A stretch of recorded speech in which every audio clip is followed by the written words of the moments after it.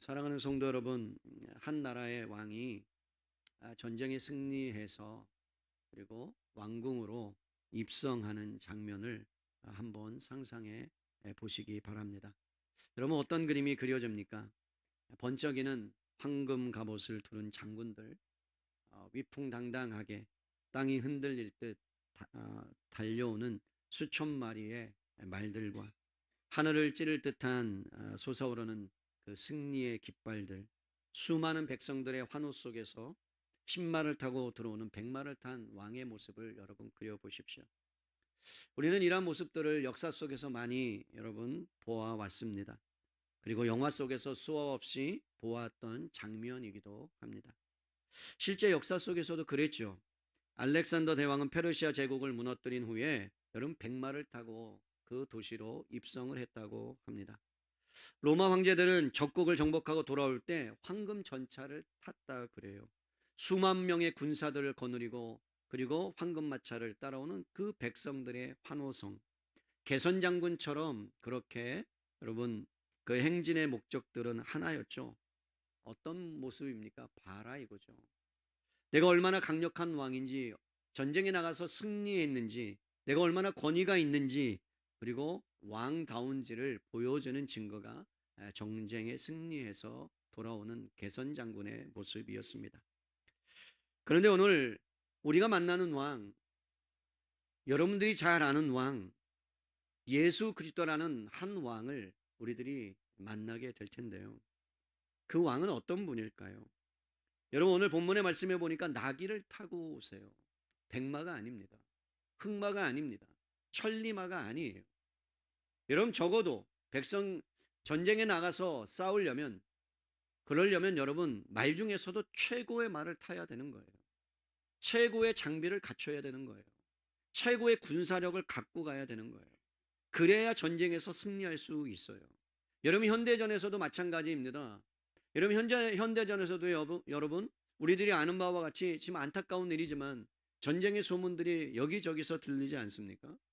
미사일을 쏘고, 근데 그 미사일의 속도가 얼마예요? 여러분 마하 6에서 7 정도래요. 상상이 가기나 합니까? 여러분, 그러한 전쟁에서 승리했을 때의 모습들. 그러나 예수 그리스도는 나귀를 타고 오세요. 그것도 오늘 아직 아무도 타보지 않은 어린 나귀 새끼를 타고 예루살렘에 입성합니다. 여러분, 제자들이 어리둥절했을 것 같아요. 뒤따르던 군중들도 말했을 것 같아요. 이게 무슨 입성인가? 여러분, 승리의 왕의 모습이 아니잖아요. 예수님은 지금 십자가를 향하여 죽으러 오시는 거예요. 여러분, 그런 상황 가운데 제자들과 군중들이 고개를 갸웃거리죠. 여러분, 그러나 이 장면에서 이 초라하게 보이는 나귀 위에 인류 역사가 한 번도 본 적 없는 가장 위대한 왕의 비밀이 숨겨져 있다는 거죠. 세상 사람들이 생각하는 것과 다르다라는 거예요. 사랑하는 성도 여러분, 예수님을 믿고 예수님을 알아가고 그리고 신앙생활을 하기 시작하면 우리는 처음에 만났던 그 예수님에 대해서, 나를 위해서 십자가에 죽으시고 나를 위해서 구원하신 그 예수 그리스도에게 초점을 맞추기보다는 어느 순간에 예수 그리스도가 어떤 면에서 나만을 위한 어떠한 여러분 수단과 방법으로 이용할 때가 여러분 간혹 생긴다라는 것이죠. 저는 오늘 마태복음 21장 1절로 11절의 말씀을 통해서 예수 그리스도께서 이 땅에 어떤 왕으로 오셨는가를 여러분들이 정말 깊이 있게 만났으면 좋겠어요. 여러분, 우리가 입술로만 예수님을 나의 왕이라고 고백하는 것이 아니라 진정한 예수 그리스도를 만날 때 여러분의 인생이 변화될 줄로 믿습니다. 여러분, 우리가 왜 변화되지 않느냐면요, 그 예수 그리스도를 진정으로 만나지 못했기 때문에 그래요. 교회를 다녀도 여러분 왜 변화되지 않냐면요, 예수 그리스도를 만나지 못했기 때문에 그래요. 인격적인 만남이 없으면요, 그 인생 가운데 변화가 없게 된다는 거예요. 여러분, 교회는 다닐 수 있어요. 신앙생활은 할 수 있어요. 종교생활은 할 수 있어요. 그러나 진정한 예수님을 만나지 못하면 그 인생은요, 나중에 말로가 비참하다는 거예요. 어떻게 되는 거예요? 내가 너를 도무지 모른다라는 그러한 여러분 엄청난 무서운 말씀을, 심판의 말씀을 들을 수도 있다는 거예요. 저는 여러분들이 모두 다 예수님을 진정한 왕으로 여러분 다 만난 분임이 였으면 좋겠습니다. 그리고 만났다 할지라도 여러분 그 왕을 더 깊이 만나는 저와 여러분 될 수 있기를 주님의 이름으로 간절히 축복합니다. 오늘 1절에서 3절 말씀을 보시겠습니다. 그럼 그들이 예루살렘에 가까이 가서 감람산 백박에에 이르렀을 때 예수께서 두 제자를 보내시며 이르되 너희는 맞은편 마을로 가라. 그리하면 곧 매인 나귀와 나귀 새끼가 함께 있는 줄 것을 보리니 풀어 내게로 끌고 오라. 만일 누가 무슨 말을 하거든 주가 쓰시겠다 하라. 그리하면 즉시 보내리라 하시니. 여러분 이 짧은 3절의 구절 가운데 놀라운 사실이 담겨져 있어요. 여러분 잘 보세요. 예수님은 지금 어디에 나귀가 있는지를 알고 계시고, 그리고 그 나귀의 주인이 뭐라고 말씀할까도 알고 계시고, 나귀가 어디에 매여 있는가도 알고 계시고, 그 상황이 어떻게 마무리될지도 다 알고 계세요. 정확하게 알고 계세요. 1.1획도 어긋남이 없이 알고 계세요. 여러분 이것은 단순히 예수님이 미래를 내다보는 예지력이 있다, 신비한 능력을 가졌다가 아니에요. 사랑하는 성도 여러분, 여러분의 미래, 여러분의 환경, 여러분의 여건 다 아세요. 믿으십니까? 여러분이 앞으로의 인생이 어떻게 펼쳐질지도 하나님의 손에 있는 줄로 믿습니다. 여러분 하나님의 장중에 있어요. 주권 안에 있어요. 근데 우리가 여러분 의문나는 건 뭐냐면 이런 거죠. 내 미래를 알고 싶은 거예요. 그죠? 내 미래가 어떻게 될까? 내년은 어떻게 될까? 내후년은 어떻게 될까? 근데 하나님은 그런 것을 알려주시는 분이 아니라는 거예요. 여러분 지금 예수님은 단순히 내가 지금 나귀 새끼가 어디 있는지를 알고 매여 있는지를 알고 내가 그것을 쓰겠다라고 말씀하신 것은 단순히 미래를 알아맞추기 위한 그러한 일이 아니었어요. 하나님께서 오래 전부터 치밀하게 계획하시고 준비하신 것이었습니다. 여러분 연극을 생각해 보세요. 관객의 눈에는 무대에서 일어나는 일들이 마치 여러분 즉흥적으로 일어나는 것처럼 보입니다. 연극을 참여하다 보면 여러분 관객석에서 배우가 갑자기 등장해요. 소품이 등장해요. 하늘에서 뭐가 떨어져요. 그리고 수많은 조명들이 왔다 갔다 하면서 비춰져요. 그런데 수개월 전, 아니 몇 년 전부터 그 연극 하나를 무대에 올리기 위해서 연출가가 있었다라는 거죠. 여러분 연출가가 각자 맞는 캐릭터에 그들에게 대본을 주고, 그리고 어떻게 그것을 대본을 익숙하게 하고, 그리고 그 무대가 어떻게 꾸며져야 되는지를 일거수일투족 하나부터 열까지 깨알같이 써서 시나리오를 가지고 그 연극이 올려지는 거예요. 여러분 지금 예수님께서 예루살렘 성에 입성하시는 것은 마치 하나님께서 연출가가 되어 주셔서 이제 마지막 십자가의 마지막 골, 마지막 목표점을 향하여 가는 그 모든 과정 가운데 하나님의 계획하심이 지금 예수님을 통해서 성취되는 역사가 일어나는 것입니다. 여러분 예수님께서 제자들에게 하신 말씀이 우리에게 여러분 마음에 다가옵니다. 뭐라고 말씀하셨어요? 여러분 가장 중요한 말씀, 주가 쓰시겠다. 뭐라고요? 주가 쓰시겠다. 여러분 생각해 보세요. 나귀의 주인이 누구예요? 여러분 나귀의 주인이 누구예요? 나귀의 주인이 누굽니까? 예수님입니까? 아니면 그 나귀를 사거나 아니면 키웠거나 한 사람이 나귀의 주인입니까? 전자예요, 후자예요? 후자예요. 일반적으로는 후자예요. 그죠? 그런데 주님이 뭐라고 말씀해요? 주가 쓰시겠다 말씀하세요. 여러분 제자들이 들었을 때는 너무 황당한 말씀이에요.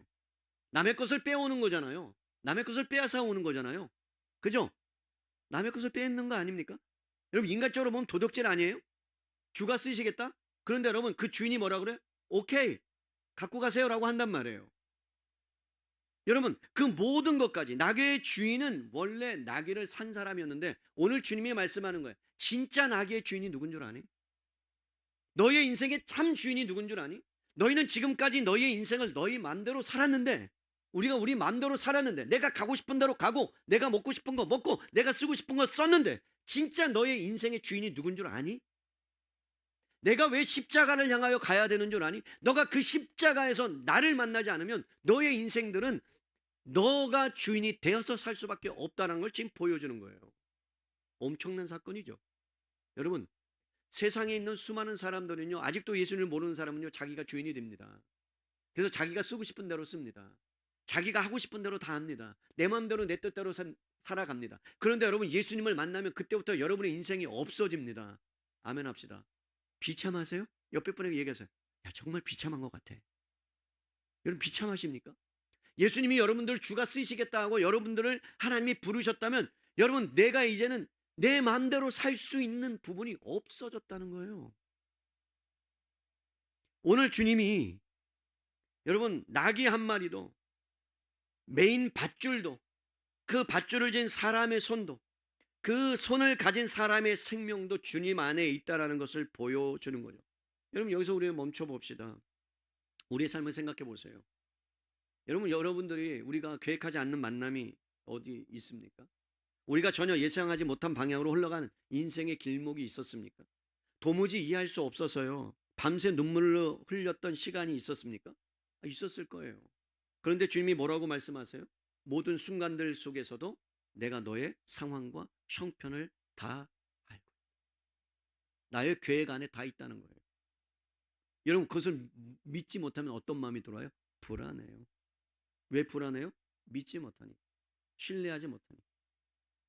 여러분 왜 우리의 인생이 불안해집니까? 주님이 여러분의 인생을 붙잡고 있다는 걸 정말 믿으십니까? 다시 강조해야죠. 정말 믿으십니까?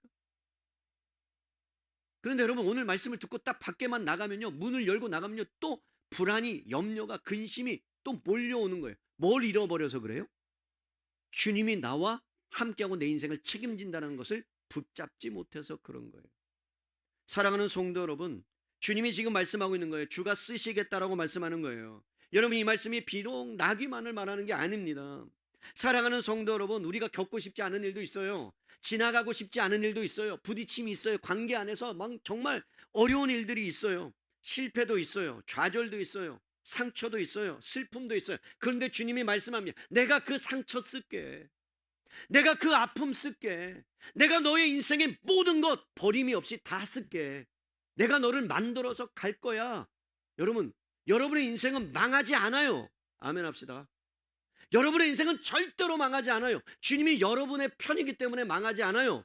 망하는 것처럼 보이는 거예요. 근데 주님이 볼 때는 망하지 않는 인생이에요. 여러분 주님이 한 번도 여러분의 인생을 망했다라고 말한 적 있어요? 여러분 인생이 망했다고 이런 적 있어요? 이런 말씀을 하셨어요. 모든 것이 합력하여 선을 이룰 거야. 내가 너희 편이 되어줄 거야. 내가 너의 인생 책임질 거야. 나만 믿어. 이거 얼마나 주님만 믿으세요. 목사 믿지 말고 옆에 얘기하세요. 담임 목사 믿지 마. 절대 믿지 마. 이건 불변의 진리야. 절대 믿지 마. 누구만 믿어요? 하나님만. 여러분 하나님만 믿는 거예요. 여러분 제가 짧은 인생이지만 그냥 많은 것들을 경험했어요. 아픔도 있었고 실패도 있었고 좌절도 있었고 그리고 정말 주님 앞에 씨름하며 기도했던 모습들이 있어요. 근데 뒤돌아보니까 결국 하나님은 그 실패와 아픔과 힘듦과 고통을 결국에는 하나님께서 원하시는 방향으로 쓰고야 마시더라고요. 어떻게 하는 줄 아십니까? 내가 겪었던 사람들, 내 힘들게 겪었던 일들을 동일하지는 않지만 비슷하게 겪었던 사람들을 위로할 수 있어요.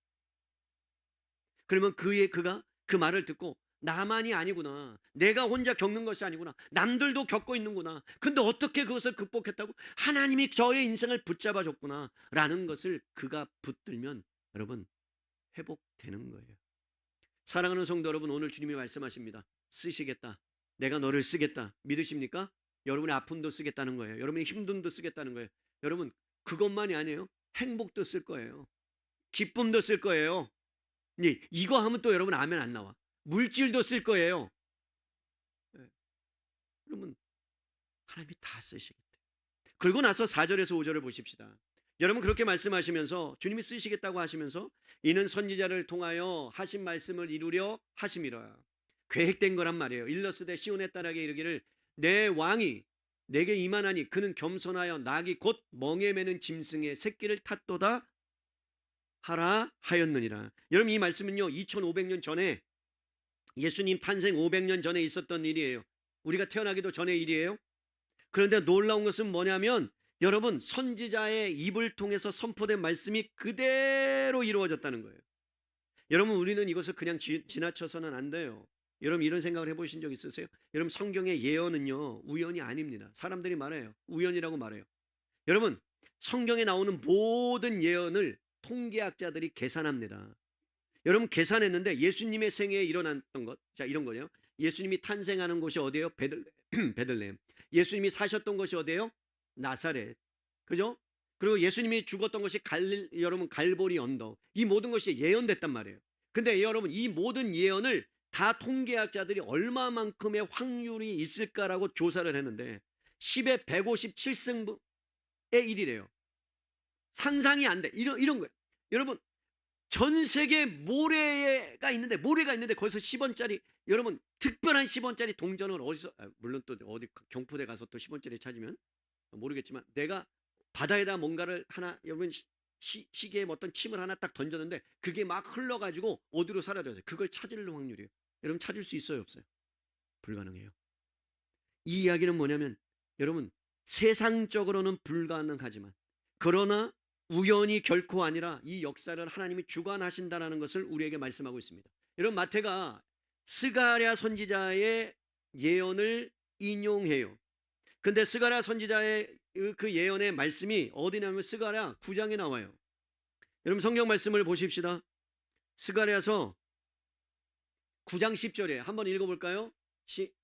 자, 9장 10절 시작. 내가 아브라함의 병거와 예루살렘의 말을 끊겠고 전쟁하는 활도 끊으리니 그가 이방 사람에게 화평을 전할 것이요 그의 정권은 바다에서 바다에 이르고 유브라데 강에서부터 땅끝까지 이르느니라. 이거 말고 혹시 제가 9절도 줬나요? 네, 9절. 이게 중요해요.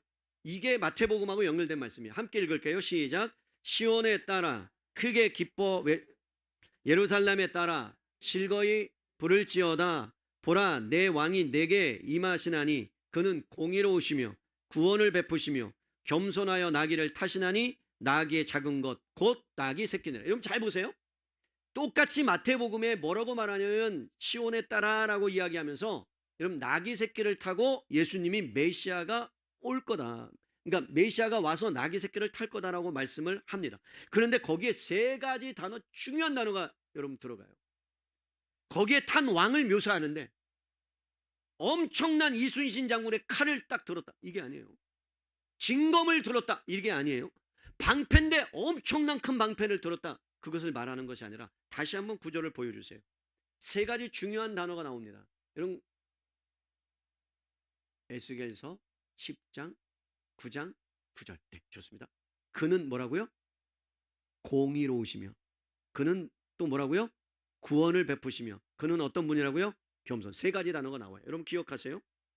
예수님이 이 땅에 오실 때 공의로운 왕으로 오셨습니다. 여러분 공의로운 왕이라는 것은 약자를 밟지 않는다는 거예요. 힘으로 약자를 짓누르지 않는다는 거예요. 여러분 세상은요 힘으로 약자를 짓눌러요. 맞습니까? 안 맞습니까? 맞죠? 여러분 대기업이 좋은 부분도 있어요. 그런데 놀라운 것은 대기업이 중소기업에다가 어떠한 오더를 주고 개발하라고 줘요. 그런데 그것을 엄청나게 잘 개발을 했어요. 그리고 나면 어떻게 하는 줄 아십니까? 그 개발한 것을 탈취해버려요. 그래서 자기 것으로 등록해버려요. 그것이 비일비재에 일어났어요. 우리나라도 여러분 예외가 아니에요. 그건 뭐예요? 강한 힘으로 약자를 눌러버리는 게 세상의 법칙이에요.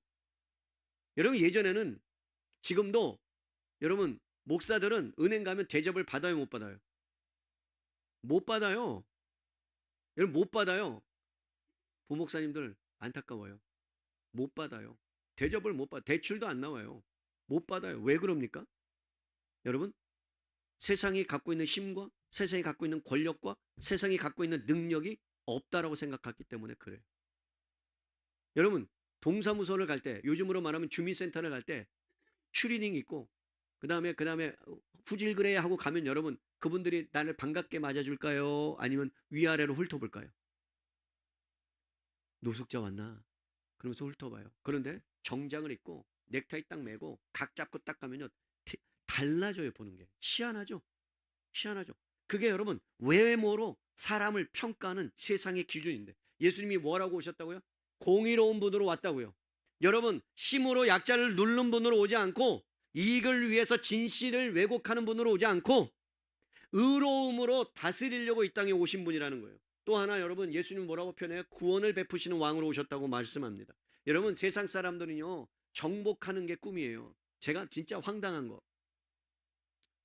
여러분 미국과 지금 이란이 전쟁을 하잖아요. 이스라엘이 전쟁을 하잖아요. 그죠? 그냥 세상적으로, 그러니까 그냥 인간적으로 봐도 상식적이지 않은 일들이 일어나요. 근데 놀라운 건 뭔지 아세요? 그 해협, 무슨 해협이에요? 호르무즈 해협. 그거를 바꾼대요. 트럼프 해협으로. 미친 거 아니에요? 그죠? 한 나라의 왕이 그렇게 임금이 대통령이 미쳐버리면 그러면 그 나라는 망하는 거예요. 아니 세상이 망하는 거예요. 모든 것을 자기 이름으로 다 바꿔버린다는 거예요. 그거 올렸어요 거기다가. 여러분 세상은요 정복해야 되는 거예요. 짓밟아야 되는 거예요. 왜? 그것을 짓밟아서 끄집어내야 이익이 생기니까, 유익이 생기니까. 사랑하는 성도 여러분, 그러나 예수님이 이 땅에 어떻게 오셨다고요? 정복하러 오신 분이 아니에요. 성경에 말씀하면 죽으러 왔대요. 섬기러 왔대요. 세금을 거두러 오신 분이 아니라 생명을 주러 오셨대요. 여러분 얻으러 온 게 아니라 주러 오셨대요. 사랑하는 성도 여러분, 예수님은 여러분들을 구원하기로 오신 줄로 믿습니다. 여러분 약하고 힘든 사람들을 향하여 주님은 여러분들을 섬기러 오신 줄로 믿습니다. 예수님은 겸손한 왕으로 오셨다고 말씀합니다. 여러분 겸손으로 온 증거가 왜 나귀예요? 나귀. 여러분 사람들은요 겸손한 것 같아도 겸손하지 않아요. 저부터도 그래요. 여러분도 그래요. 비차 일반이에요.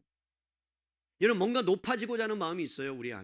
우리 안에 남을 휘잡아 흔들고자 하는 마음들이 있어요. 내가 왕이 되고 싶은 마음이 있어요. 내가 권력을 잡고 싶은 마음이 여러분 의도적이진 않아도 인간의 본성 깊은 곳에서는 그게 도사리고 있습니다. 그래서 어느 순간에 결정적으로 나타나요. 언제? 희한한 건 이런 거죠. 내가 회사에서 여러분 권력을 가진 높은 상사에게 계속해서 힘듦과 괴롭힘을 당하잖아요. 그죠? 그러면 내가 다시는 그러지 않아야지 그래요. 그런데 여러분 그 위에 상사가 이 사람을 괴롭히면 여러분 통쾌해요, 통쾌하잖아요. 통쾌하죠? 그죠? 그리고 속에서 나오죠. 할렐루야. 주님이 나의 기도를 들으신 줄로 믿습니다. 아버지 막 이러잖아요. 그죠? 그게 세상의 방식 아닙니까? 그런데 주님은 뭐라고요? 그렇게 오시지 않았다는 거예요. 세상의 왕들은 높은 곳에서 백성을 내려다보지만 예수님은 낮은 곳으로 오셔서 천한 곳으로 오셔서 여러분 태어날 때 마국간에서 태어난 분이 어디 있어요? 저는 집에서 태어났어요. 집에서. 남들은 병원 가서 태어났을 때 저는 집에서 태어났대요. 그래서 성질머리가 이런지 모르겠어요. 고급진 데서 좀 태어났으면 좀 고급지게 할 수도 있는데. 그런데 여러분 마국간에서 그리고 릴 자리가 없어서 그곳에 예수님이 태어났다. 이것은 주님이 낮은 모습으로 오셨다는 태어날 때부터요. 그리고 주님이 뭐라 그러셨어요? 여러분 사람들과 식사할 때 가장 낮은 자리에 가셔서 높은 자리에 가시지 않았어요. 그리고 지난주에 말씀한 것처럼 제자들의 발을 씻기셨어요. 겸손의 왕으로 오셨어요. 사랑하는 성도 여러분, 세상의 왕들은 자기를 위해서 많은 것들을 희생시킵니다. 자기의 왕국을 만들려고 합니다. 그런데 여러분 예수님은요 자기의 왕국을 만들려는 맞죠. 하나님 나라를 만들려고 하는 게 맞죠. 그러나 하나님께서 원하시는 나라는 세상의 나라와 다르기 때문에 모든 것을 주로 오신 줄로 믿습니다. 여러분 나귀를 타신 이유가 그런 거예요. 십자가를 지고 가시기 전에 좀 예수님이 여러분 피곤하셔서 그냥 나귀를 탄 것이 아닙니다. 그분의 왕권의 본질이 뭔지를 가르쳐 주는 거예요. 다스림의 성격을 온 세상에 선포하는 거예요. 나귀를 타고 가시면서. 여러분 그 나귀를 타고 가신 예수님, 그 가장 누가 기뻐했을까요? 여러분 옆에 있는 호산나 다윗의 자손이여 막 외쳤던 수많은 사람들이 기뻐했죠. 맞아요, 안 맞아요? 그런데 5일 후에 그들이 뭐라고요? 돌을 들어서 못 박아라 막 십자가에 외쳤죠. 그죠? 그 예수님을 태웠던 나귀는 외쳤어요, 안 외쳤어요? 십자가에 못 박아라. 없었어요. 그는 그냥 묵묵하게 예수님을 등에 태운 거예요. 만약에 말을 한다 그러면 이렇게 얘기했을 거예요. 주님 영광입니다. 나 같은 미물을, 나 같은 존재를 주님이 왕으로 오셔서 내 등에 타셔서 백마도 아니고 신말도 아니고 검은 말 흑말도 아니고 무슨 뭐 유명한 말도 아니고 천리마도 아니고 나는 가다가 쓰러질 때는 그냥 호리호리한 주님을 태우기도 버거운 인생인데 그런데 주님이 내 등에 태워 주님이 십자가의 길을 가는데 나를 써주시는 것만 해도 감사합니다라고 저는 말했을 것 같아요. 하늘나라 가면 물어봐야 되는데 나귀가 와 있을지는 모르겠어요. 사랑하는 성도 여러분, 그렇다면 왜 예수님께서는 아직 한 번도 타지 않은 나귀 새끼를 데려오라고 했을까요? 그죠? 성경에 나와요. 나귀 새끼를 데려와라 그렇게 말하지 않고 한 번도 타지 않은 나귀 새끼예요. 여러분 왜 그럴까요? 왜 하필 한 번도 타보지 않은 나귀 새끼였을까요? 당시에 여러분 유대 문화를 기억해야 돼요. 유대 문화에서는요, 여러분 거룩한 목적을 위해서 사용되는 모든 물건은요 성물이라 그래요. 그런데 그 성물 중에 민수기 19장에 보니까 하나님께 드리는 붉은 암송아지는요 아직 멍에 코를 뚫는 것을 매지 않은 날것을 드렸어요. 흠이 없는 것으로. 또한 신명기 21장에 보면 속죄 의식을 하기 위해서 암송아지인데 아직 일하지 않는, 태어났는데 한 번도 일하지 않는 정말 깨끗한 그 암송아지를 하나님 앞에 드렸어요. 다른 말로 하면 이거예요. 아직 아무도 타보지 않은 나귀는 거룩한 예수님의 십자가 사명을 위해 예비되었다라는 것을 보여준 겁니다. 여러분 더 깊은 의미가 있어요. 이런 의미예요. 나귀는 새끼잖아요. 가장 작아요. 여러분 말하고 비교하면 나귀가 비싸요? 말이 비싸요? 말이 비싸요. 멀리 뛰어가는 건 누가 더 잘 가요? 말이 훨씬 더 잘 가요. 아직 어떤 역할도 해본 적이 없어요. 세상적인 기준은 아무 쓸모가 없어 보이는 존재예요. 그런데 왕을 태우고 간다? 가장 위대한 여러분 입성을 하는 데 쓰임 받는다? 그리고 환호 속에서 묵묵히 만왕의 왕을 등에 태우고 가는 나귀, 어떤 면에서는 예수님이 여러분 이 나귀를 누구로 비유하고 있는 줄 아십니까? 저와 여러분을 의미하는 겁니다. 여러분 이런 생각할 때 있어요? 나같이 쓸모없는 인생이 있을까? 세상 살아가면서 한 번은 다 했을걸요? 어떤 일이 잘 안 풀릴 때, 하는 것마다 망했을 때, 했는데 다 뒤틀렸을 때, 그러면서 이런 생각이 들어와요. 내 마음에. 뭐라고요? 난 쓸모없는 인생 같아. 내가 선택한 것은 다 잘못된 것 같아. 다 나로 인해서. 난 특별한 재능도 없어. 내세울 것도 없어. 그렇다고 부모님이 잘 나가는 것도 아니야. 부모님이 나에게 해준 것도 별로 없어. 나는 실패만 거듭했어. 나는 상처뿐인 과거만 갖고 있어. 내 인생 별로 마음에 안 들어. 여러분 이런 생각 해보신 적 있어요? 여러분들 우린 그렇게 볼 때가 너무 많아요. 쓸모없는 돌처럼, 버려진 물것처럼. 남들이 또 알아주지도 않아. 교회 왔는데 또 알아주지도 않아. 어머 집사님 오셨어. 이 말을 듣고 싶은데 세상 말로 쌩까? 웃지도 않아. 쉬, 찬바람이 쉬. 그러면 거봐. 교회에서조차 나를 인정해 주지 않고 나를 알아봐 주지 않고 그런 마음이 올 때가 있다고요, 없다고요? 있다고. 여러분 그런데 주님이 뭐라고 말씀한다고요? 주가 쓰시겠다. 저는 이게 충격이었어요. 아무도 타보지 않은 나귀 새끼를 쓰신 왕께서 여러분을 쓰시겠답니다. 여러분을 세상에 버림받 같은 그러한 여러분의 인생을 스스로 부족하다고 느끼는 우리를 주님은 당신의 나라를 위해서 쓰시겠답니다. 이게 은혜예요. 사랑하는 성도 여러분, 아무 쓸모 없이 느껴지는 그 나귀 새끼조차도 하나님이 주가 쓰시겠다고 한다면, 하나님이 이 땅에 예수님을 보내서 구원하기 위해 영혼을 위해서 보내신 그 위대하신 하나님이 저와 여러분을 쓰시겠다 하십니다. 그러면 우리는 거기에 거부할 수 없는 거예요. 왜? 내가 부족해도 주님이 하신다는 거예요. 믿으십니까? 주님이 하시겠다는 거예요. 주님이 하신다는 거예요. 그러면 주님의 손에 맡기세요. 그럼 주님이 여러분을 붙들고 여러분의 등에 타고 저벅저벅 예루살렘을 향하여 걸어 가실 겁니다. 등을 내어 주시란 말입니다. 주님이 그것을 원하시는 거예요. 그리고 나서 여러분 그 우신 왕이 모습이 끝나지 않아요. 계속 이어져요. 스가랴 9장 10절 다시 한번 봅니다. 여러분 예수님이 이 땅에 오셔서 그렇게 그런 모습으로 왔는데 결국에 이룰 것이 뭐냐? 에브라임의 병거와 예루살렘의 말을 끊어버리겠다. 전쟁을 내가 그치게 하겠다 이 말이에요. 평화의 왕으로 오겠다는 거예요. 여러분 예수님이 세례받고 올라오실 때 뭐라고 말씀했어요? 이는 내 사랑하는 아들이요 내 기뻐하는 자라 말씀하셨죠. 그리고 예수님이 태어날 때 뭐라고? 지극히 높은 곳에서는 하나님께 영광이요 땅에서는 기뻐하심을 입은 자들에게 뭐다? 평화로다. 그러니까 예수님이 이 땅에 오신 목적은 뭐라고요? 평강, 평화, 화평을 위해서 오셨다는 거예요. 여러분 이 세상에 전쟁의 소문이 계속해서 일어나고 있습니다. 얼마나 파격적으로 주님이 말씀하십니까? 이 땅에 진정한 화평은 올 수 없다. 많은 사람들이, 많은 나라들이 전쟁의 명분을 여러분 다 걸고 자기의 이익을 위해서 세상의 평화를 갖고 오기 위해서 내가 나서야 된다. Great. 뭐예요? 그 그레이트 뭐 아메리칸지 아메리칸지 그걸 세우기 위해서. 여러분 그러면 그 힘을 갖고 막강한 힘을 갖고 여러분 좌지우지하는 건 아닙니까?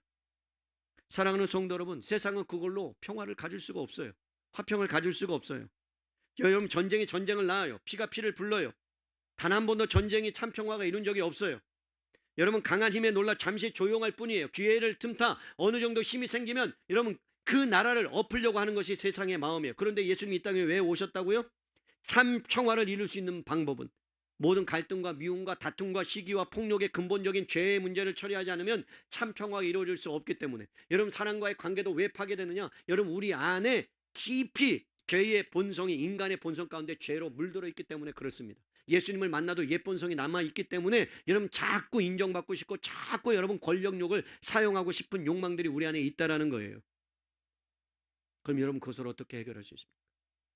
여러분 보세요. 예전에 어렸을 때는 집에 쥐들이 가끔씩 들어왔어요. 아세요? 그래서 여러분 쥐덫을 넣는 게 아니라 쥐 찍찍이 같은 걸로 왔어요. 우리 아이들은 모를 거예요. 그런데 여러분 집에 쥐를 딱 잡았다면 고양이를 놓거나 뭐 해서 쥐를 잡았어요. 문제는 뭐냐? 집안에 있는 쥐를 잡는다고 해서 한두 마리 잡는다고 해서 끝나는 게 아니에요. 쥐가 들어오는 뭘 막아야 돼요? 구멍을 막아야 돼요. 그 죄의 구멍을 막아야 돼요. 근데 쥐의 구멍을 누가 막을 수 있느냐? 예수님이 오셔서 그 구멍 안으로 들어가서 딱 막아주시고 십자가의 죽으심으로 그래서 여러분 저와 여러분이 여러분 죄와 상관없이 평화를 향하여 평강을 향하여 갈 수 있는 존재로 바뀌어진 줄로 믿습니다. 사랑하는 성도 여러분, 예수님은 경건한 겸손한 왕으로 나귀를 탄 왕으로 자기를 낮추시어 섬기는 왕으로 이 세상의 어떤 권력도 이루지 못한 것들을 이루시기 위해서 오셨습니다. 그러면서 여러분 이 말씀을 합니다. 스가랴가 이 땅의 죄악을 하루에 제하리라. 뭐라고요? 하루에 끝장내겠다 이 말이에요. 언제? 앞으로 5일 후에 십자가에 예수님이 못 박혀 죽으시고 다 이루었다 선포할 때 이 세상의 모든 죄의 문제가 여러분 해결된 줄로 믿습니다. 이런 6절에서 9절을 보실까요? 6절에서 9절에 보면 이렇게 말씀합니다. 제자들이 가서 예수께서 명하신 대로 나귀와 나귀 새끼를 끌고 왔어요. 진짜 그들이 이루어졌어요. 그리고 자기들의 겉옷을 그 위에 얹음에 예수께서 그 위에 타시니 무리 대다수는 그들의 겉옷을 길에 펴서 다른 이들은 나뭇가지를 베어 길에 펴고 종려나무예요. 앞에서 가고 뒤에서 따르는 무리가 소리 높여 이르되 호산나 다윗의 자손이여 찬송하리로다. 주의 이름으로 오시는 이여 가장 높은 곳에서 호산나 하더라. 여러분 군중들의 반응을 보세요. 그들은 입고 있던 겉옷을 냅니다. 여러분 겉옷은요 생명과 같아요. 당시의 겉옷은 가난한 사람들이 이불로 덮었던 그런 소중한 것이었어요. 그런데 그것을 망설임 없이 예수님이 가는 길에 왜? 정치적 메시아라고 생각했으니까. 여러분 로마의 압제에서 그 로마의 압제를 이겨낼 수 있는 그런 왕으로 생각했으니까 이제 내 인생 끝났다. 내 인생 폈다라고 해서 자기의 겉옷을 다 깔아버립니다. 그리고 목이 터져라 외쳐요. 뭐라고요? 호산나 다윗의 자손이요. 여러분 호산나가 뭔 줄 아세요? 우리를 지금 구원하소서. 지금. 그럼 여러분 맞죠? 지금 구원하소서. 뭘 구원해달라는 거예요? 죄의 문제를 구원해달라는 게 아니에요. 지금 뭘 구원해달라는 거예요? 로마의 압제에서, 나의 인생의 문제에서, 나의 물질적인 문제에서, 나의 관계의 틀어짐에서 이것을 해결해달라는 지금 구원하소서에 라는 간절한 여러분 외치며 기도했어요. 그게 필요하기도 합니다. 그런데 여러분 중요한 것은 뭐냐면 이들은 예수님이 오신 목적을 오해하고 나니까 나중에 결국 예수님을 십자가에 못 박아 죽여버립니다. 쓸모없이 느껴집니다. 신앙생활하면서 어느 때는 예수님이 필요해서 예수님을 간절히 찾고 구하고 하나님이 그 문제를 해결하면 잠시 방치해 둡니다. 그리고 잠시 주님 계세요? 내가 내일 알아서 할게요. 그렇게 사는 인생이 어쩌면 여기는 군중과 같은 인생이지 않는가라고 주님이 물으십니다. 여러분 나귀가 되시겠습니까? 아니면 군중이 여러분 되시겠습니까? 여러분 호산나는 시편 118편 22절에서 23절에 이렇게 말씀합니다. 놀라운 말씀이에요. 건축자의 버린 돌이 진 모퉁이의 머릿돌이 되었나니 이는 여호와의 행하신 것이요 우리의 눈에 기이한 바로다. 여러분 호산나라는 것은 시편 118편에 다 나와요. 여러분 읽어보면. 그런데 이 말씀은 뭐냐? 여러분 건축 현장에 보면 건축을 하기 위해서 돌을 쌓아 올려요. 그런데 돌을 쌓아 올리다 보면 모양이 이상하고 크기에 맞지 않는 돌은요 그냥 쓸모없기 때문에 버려요. 그런데 놀랍게도 그 버려진 돌이 건물의 기초가 되고 모퉁이 돌이 되고 가장 중요한 자리에 놓였다라는 것을 여러분 스가랴 선지자가 예언합니다. 다른 말로 하면 여러분 이스라엘의 지도자, 율법에 능통한 바리새인들, 제사장들, 이른바 종교의 전문가들은 예수님을 쓸모없는 돌로 여겼다는 거예요. 목수 출신이 내가 다 아는데 요셉의 아들 아니야? 야고보의 형 아니야? 그러면서 다 얘기했는데 뭐 메시아겠어라는 그러한 생각으로 예수님을 십자가에 못 박여 죽인 거예요. 그때 예수님 하나님께서 뭐라고 하셨다고요? 버려진 돌, 사람에게는 여러분 쓰임받지 못하는 돌, 다 버림을 받은 그 돌, 예수 그리스도를 하나님께서 어떻게 이 세상을 구원하는 모퉁이 돌로 사용하셨다라는 것입니다. 사랑하는 성도 여러분, 호산나 다윗의 자손이여라고 그들이 고백했을 때 진정으로 예수님을 메시아라고 믿었을까요? 만약에 진정으로 그들이 예수님을 메시아라고 믿었다면 그들은 돌로 예수님을 쳐 죽이지 않았을 겁니다. 그런데 그들이 5일 후에 호산나 다윗의 자손이여 나를 구원하소서 했던 그 진정성 있는 고백처럼 보였던 고백이 도리어 예수님을 십자가에 못 박혀 죽이게 하는 엄청난 일들이 벌어지게 된 거죠. 물론 그 중에 진정으로 고백한 사람들도 있었을 겁니다. 여러분 10절에서 11절 결론을 보십시다. 예수님께서 예루살렘에 들어가시니 온 성이 소동하여 지진이 났다는 뜻이에요. 이는 누구냐 하거늘 무리가 이르되 갈릴리 나사렛에서 나온 뭐라고요? 선지자 예수. 그러니까 그들은 예수님을 뭘로 한 거예요? 선지자 메시아로 알지 않았습니다. 메시아로 인정하지 않았습니다. 그분은 왕이신데 왕으로 인정하지 않았습니다. 여러분 그러한 상황 가운데 결국은 예수님을 십자가에 못 박혀 죽이는 제자들도 다 떠나버리고 도망쳐 버리는 나귀를 타고 입성하는 그 영광의 순간에도 예수님이 실제로 누구신지를 모르는 안타까운 일들. 오늘은 종료주일이에요. 그리고 내일부터 여러분 고난주간 특별 기도회를 저희들이 밤에 할 겁니다. 저희 교회가 왜 밤에 하는 줄 아세요? 새벽에 여러분 열심히 기도하고 회사 가면 회사를 망쳐놔요. 비몽사몽 가운데. 그죠? 근데 여러분 10시에잖아, 11시에잖아. 회사는 가죠? 그죠? 새벽에 일어나는 것보다 밤이 더 나아요. 그래서 저희는 밤에 하는 거예요. 회사에 지장을 안 주려고. 얼마나 성경적이에요? 그죠? 그 회사 사장은 우리한테 감사해야 돼요. 회사에 지장을 안 주고 은혜 받고 섬기고. 정리합니다. 2000년 전에 겸손한 나귀 위에 올라 예루살렘에 들어오신 왕은 오늘도 여러분 우리에게 여러분 속에 여러분 안에 입성하기를 원하시고 계십니다. 똑같은 방식으로 오셔요. 화려한 방식이 아니에요. 위풍당당한 방식으로 아니에요. 겸손하게 조용하게 여러분의 마음의 문을 두드리고 있습니다. 이것이 세상이 이해하지 못하는 역설이에요. 그래서 주님이 이렇게 말씀해요. 놀라운 말씀. 주가 쓰시겠다라고 했을 때 그 나귀는 초라하고 볼품없고 쓸모없는 나귀였지만 그 나귀를 우리로 비유했다면 예수님은 여러분 바울을 통해서 이렇게 우리를 선포합니다. 너무 귀중한 말씀이에요. 여러분 이런 분들이 아멘. 뭘 보고 아멘해요? 보여줄 거예요. 다음 주에 자 보여주세요. 이런 분들이 고린도후서 6장 8절로 10절. 여러분들을 보는 하나님의 관점으로 읽으십시다. 시작. 우리는 속이는 자 같으나 참되고 무명한 자 같으나 유명한 자요 죽은 자 같으나 보라 우리가 살아있고 징계를 받는 자 같으나 죽임을 당하지 아니하고 근심하는 자 같으나 항상 기뻐하고 가난한 자 같으나 많은 사람을 부요하게 하고 아무것도 없는 자 같으나 모든 것을 가진 자로다. 믿으십니까? 여러분이 이런 분들이에요. 없는 것 같은데 있는 자예요. 죽은 것처럼 느껴지는데 살아있는 자예요. 여러분 아무것도 없는 것 같은데 많은 것을 가진 자예요. 예수의 이름을 가졌잖아요. 그의 이름 안에 능력이 있잖아요. 치유가 있잖아요. 회복이 있잖아요. 사용하시라 이 말이에요. 하나님이 그걸 주시기 위해서 오셨어요.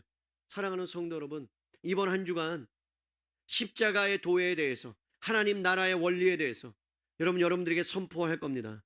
강한 것 같은 것이 실은 약한 거고요. 약한 것 같은 것이 실은 강하고요. 높아 보이는 것이 실은 낮은 거고요. 낮아 보이는 것이 실은 높은 거고요. 가진 것 같은 것이 실은 비어 있는 거고요. 우리는 비어 있는 것 같으나 여러분 가득 차 있는 인생이라고 주님이 말씀했다면, 알렉산더 대왕같이 백마를 타고 세상을 정복하지는 못한다 할지라도 그는 33세에 그의 인생의 비참한 인생을 맞이한 그러한 비참한 인생이지만, 우리는 하나님께서 우리를 쓰시는 그날까지 여러분 하나님께서 우리를 통해서 하나님의 놀라우신 역사를 여러분 펼쳐가는 귀한 존재들임을 믿을 수 있기를 간절히 주님의 이름으로 축복하고 축원합니다.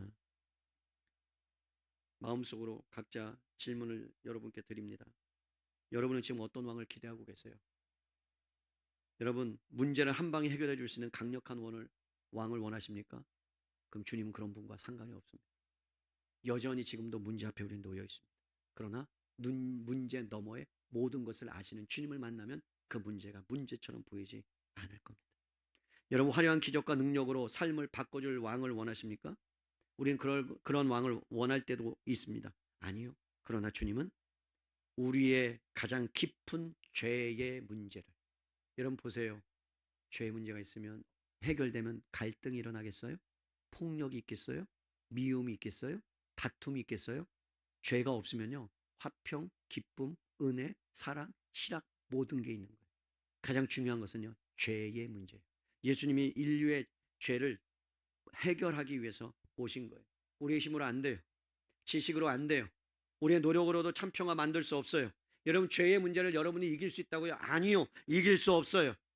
우리는 우리를 구원할 수 없어요. 주님이 오셔야 돼요. 주님을 붙드셔야 돼요. 진정으로 여러분이 호산나, 지금 나를 구원해 주십시오. 이 죄의 문제에서 호산나, 주님 이 문제를 주님이 해결해 달라고 간절하게 주님을 찾고 기도할 때 하나님께서 여러분의 인생 가운데 찾아와 주셔서 여러분의 인생을 내가 쓸게, 내가 사용할게, 라는 놀라운 은혜가 여러분 가운데 있게 될 줄로 믿을 수 있기를 바랍니다. 여러분 특세 나와야 되겠어요? 안 나오겠어요? 협박하는 건 아니에요. 지난주에 결정되고 일주일 내내 말씀 준비하면서 월화수목금 주일 말씀까지 다 준비하면서 오랜만에 진짜 집중해서 여러분들에게 필요한, 우리 교회에 필요한 메시지를 제가 선포하고 준비하려고 합니다. 95%는 마쳤어요. 5%는 하나님께서 은혜를 주셔서 이 모든 것을 사용하실 때 여러분들의 놀라운 회복의 역사가 저는 있게 될 줄로 믿을 수 있기를 주님의 이름으로 간절히 축복합니다. 아멘. 우리 옆에 분에게 말씀하십시다. 꼭 거기까지만 해요. 거기까지만. 부담돼. 꼭. 네, 뒷말은 있는데 하면 또 다 같이 자리에서 일어나셔서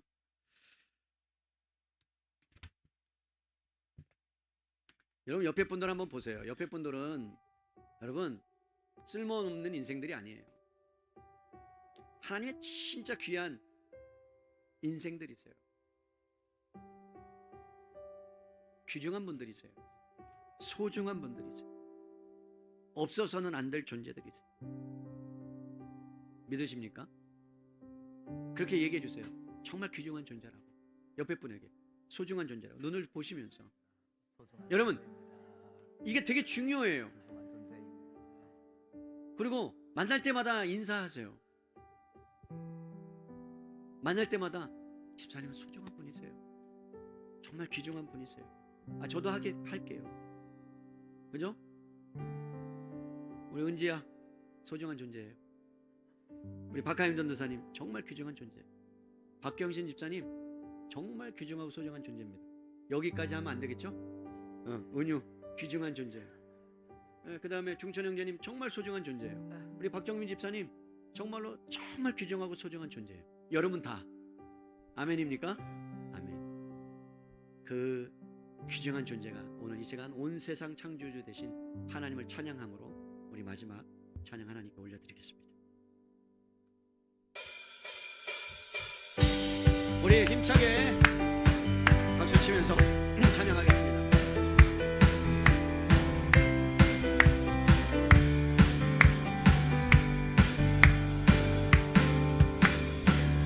온 세상 창조주, 온 세상 구원자, 모든 것 이기신 능력의 하나님, 모든 만물 주를 찬양해.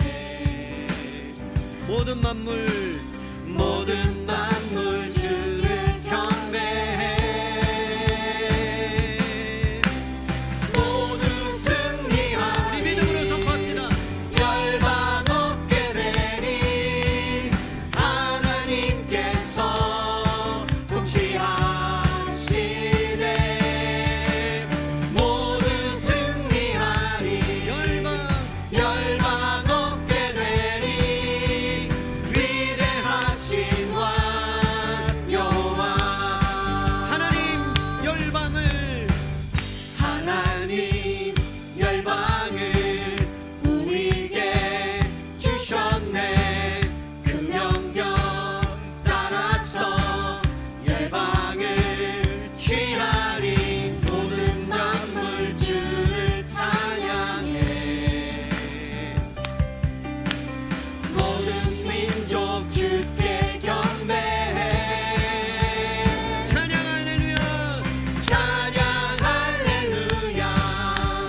찬양 할렐루야. 하나님께서 통치하시네. 찬양 할렐루야. 찬양 할렐루야.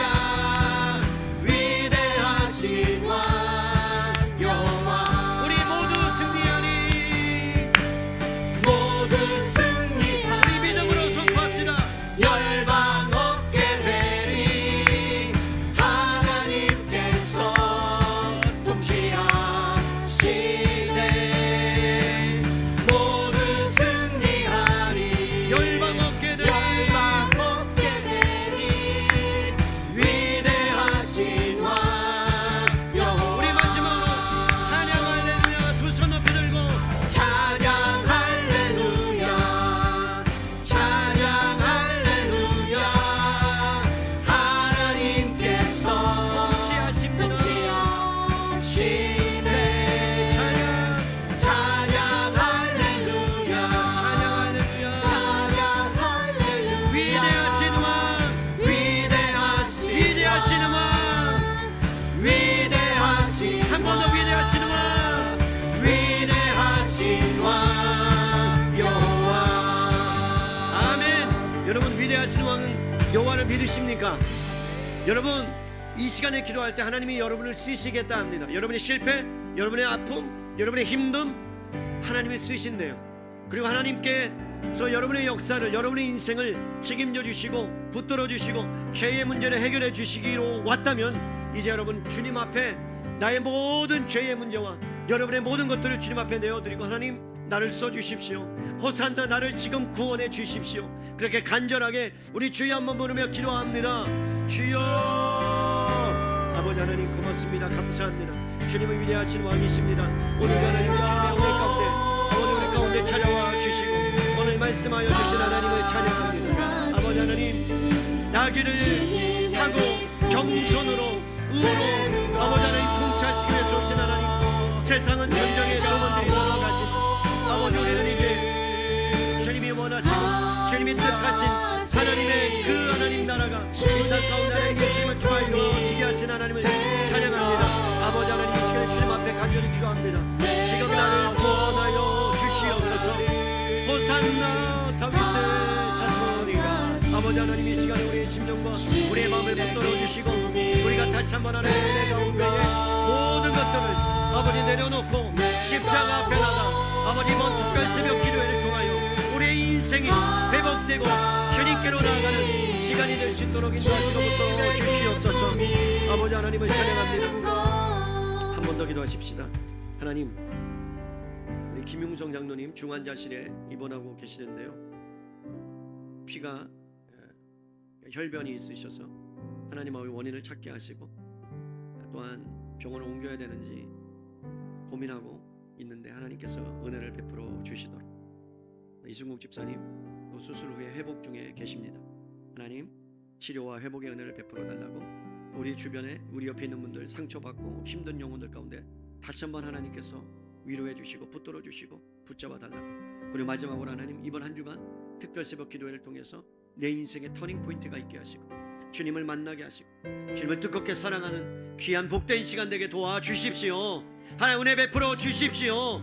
주님 만나기를 원합니다. 주님 붙들어 주기를 원합니다. 우리 주여 한번 부르며 기도합니다. 주여. 아버지 하나님, 아버지와 함께 기도하시고 은혜를 베풀어 주시고 찬양합니다. 아버지 하나님, 우리의 연약함, 우리의 부족함이 있다할지라도 하나님 그 가운데 임하여 주시고, 연약함을 하나님 우리를 회복케 하시는 하나님을 찬양합니다. 김영정 장로님에게 하나님 은혜를 베풀어 주시옵소서. 병의 원인을 찾게 하시고 너희가 멈추게 하시고 회복되어지도록 인도해 주시기를 간절히 바라고 원합니다. 아버지 하나님, 다 결과를 주님 앞에 올려드립니다. 하나님 은혜를 베풀어 주시고 긍휼과 자비를 베풀어 주시며, 이번 하나님 아버지 주님 특별 새벽 기도회를 통하여, 밤 기도회를 통하여 하나님의 놀라신 은혜와 임재와 역사가 나타나기를 원합니다. 성령님 일하시고 성령님 역사하시고 성령님 강하게 아버지 붙들어 주시기를 간절히 원합니다. 하나님 사랑합니다. 하나님 찬양합니다. 하나님 은혜를 베풀어 주시옵소서. 하나님 고맙습니다. 감사합니다. 세상의 방식으로 아니라 하나님, 세상의 전쟁의 소문이 이곳저곳에서 들릴 때 하나님 주님이 오실 그날이 가까이 옴을 우리는 하나님 아버지 역사를 통해, 사건을 통해, 현상을 통해 알 수 있습니다. 하나님 평화를 주기 위해서 오셨는데 사람들은 그 평화를 거부하고 검을 가지고 세상을, 권력을 가지고 다스리려고 하는 안타까운 현실에 하나님 우리를, 보잘것없는 우리를, 연약한 우리를, 쓸모없는 인생을 하나님 주님이 나귀 새끼처럼 쓰시고자 저를 불러주신 주님, 하나님 우리가 없는 자 같으냐 있는 자요, 무명한 자 같으냐 유명한 자요, 주님 안에서 그렇게 귀중하고 소중한 존재임을 날마다 잊지 않고 살아가게 도와주시기를 원합니다. 하나님 우리의 인생이 결코 시시한 인생이 아니라 주님께 붙들림 받은 인생임을 우리가 알고 깨닫고 당당하게 살아가기를 원합니다.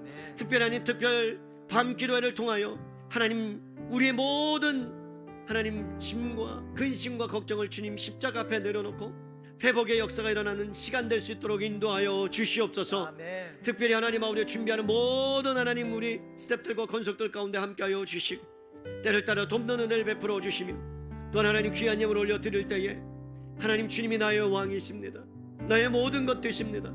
하나님 나의 재능도, 나의 시간도, 나의 물질도, 나의 가족도, 나의 숨쉬는 것조차도, 나의 직장도 주님의 것입니다. 아버지와 이 힘을 받으시고 정말 하나님이 기뻐하시는 대로 귀하게 물질이 사용되도록 축복하시고 인도하여 주시옵소서. 아멘. 특별히 공동회의가 진행될 때에 아버지 하나님 그 가운데 주님이 하나 되게 하시고 우리의 교회가 나가야 될 분명한 하나님 좌표와 목적과 방향들을 우리가 함께 의논하며 마음을 속 시원하게 털어놓고 함께 기도하고 하나 되는 귀한 복된 시간이 되게 도와주시옵소서. 아멘. 이제는 죄와 사망의 권세를 깨뜨리시고 부활의 생명 되어주신 예수 그리스도의 은혜와 하나님 아버지의 극진하신 사랑하심과 성령님의 내주교통 역사 함께 하심이 겸손의 왕으로, 만왕의 왕으로 섬기러 오신 그 예수님을 닮아 이 땅 가운데 주님이 쓰시겠다 하신 말씀 앞에 그렇게 반응하며 살아가기를 원하는 은혜의 사람에게 모든 성도님들 머리 위에와 한국교회 북한동포와 세계열방과 또한 물구는 기도학교와 다음 세대 위에 이부터 영원토록 함께 있을지어다. 아멘.